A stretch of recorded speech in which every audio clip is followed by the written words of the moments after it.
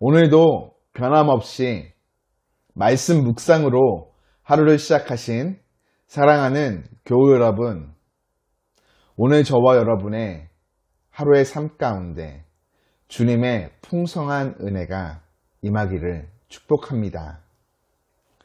빌립보서 묵상에 도움이 되는 책들을 검색하다 보면 많은 책의 제목에 기쁨이라는 단어가 들어가 있음을 보게 됩니다. 빌립보서에 관한 책 제목에서 알 수 있듯 기쁨은 빌립보서의 중요한 핵심이죠. 사도 바울은 매장마다 기쁨에 대해 언급합니다. 이런 바울 앞에 우리는 어떻게 항상 기뻐할 수 있을까 의문이 들기까지 하죠. 그런데 말이죠, 바울 본인이 이렇게 기뻐할 수 있는 이유를 오늘 본문을 통해서 우리에게 제시하여 줍니다. 감옥에 갇혀있던 사랑하는 바울을 향해 빌립보 교회 성도들은 걱정하고 있었을 것입니다. 그러나 바울은 자신이 체포되어 재판받는 일이 복음 전파에 도리어 도움이 되었다 전하죠. 이는 바울이 재판을 받는 이유가 그리스도 때문이라는 것이 재판 과정을 통해 모든 이들에게 드러났기 때문입니다.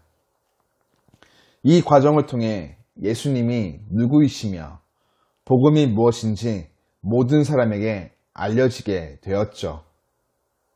감옥에 갇히고 재판을 받음에도 바울의 관심사는 오직 복음에 집중되어 있었습니다. 어떤 일을 통해서건 그리스도의 복음이 널리 알려지고 더 많은 사람들이 구원받게 된다면 바울은 기뻐하는 것이죠.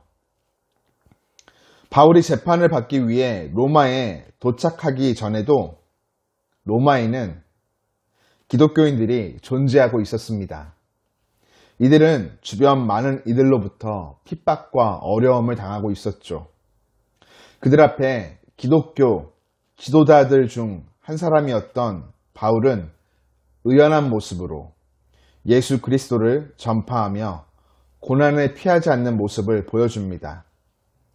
이런 그의 모습은 로마의 많은 기독교인들에게 귀감이 되었고 그들은 바울처럼 하나님을 신뢰하며 두려움 없이 복음을 전하게 됩니다.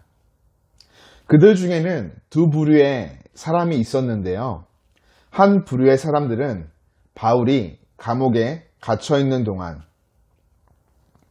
바울과 다투려는 사람들로 자신들의 세력을 확장시킬 목적으로 투기와 분쟁을 통해 복음을 전하였고, 또 다른 부류의 사람들은 바울이 하나님께 복음 전파의 사명을 받았음을 인정하며 사랑하는 마음으로 그의 사역에 동참하기 위해 착한 뜻으로 복음을 전합니다.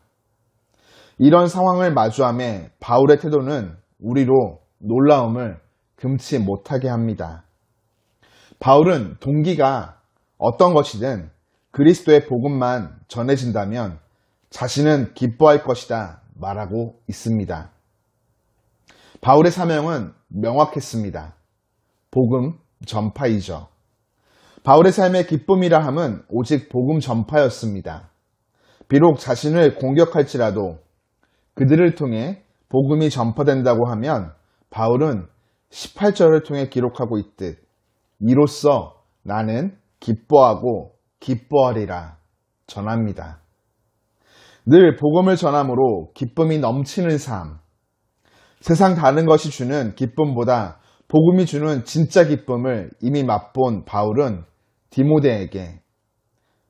디모데후서 4장 2절을 통해 너는 말씀을 전파하라. 때를 얻든지 못 얻든지 항상 힘쓰라 편지하죠. 그렇습니다.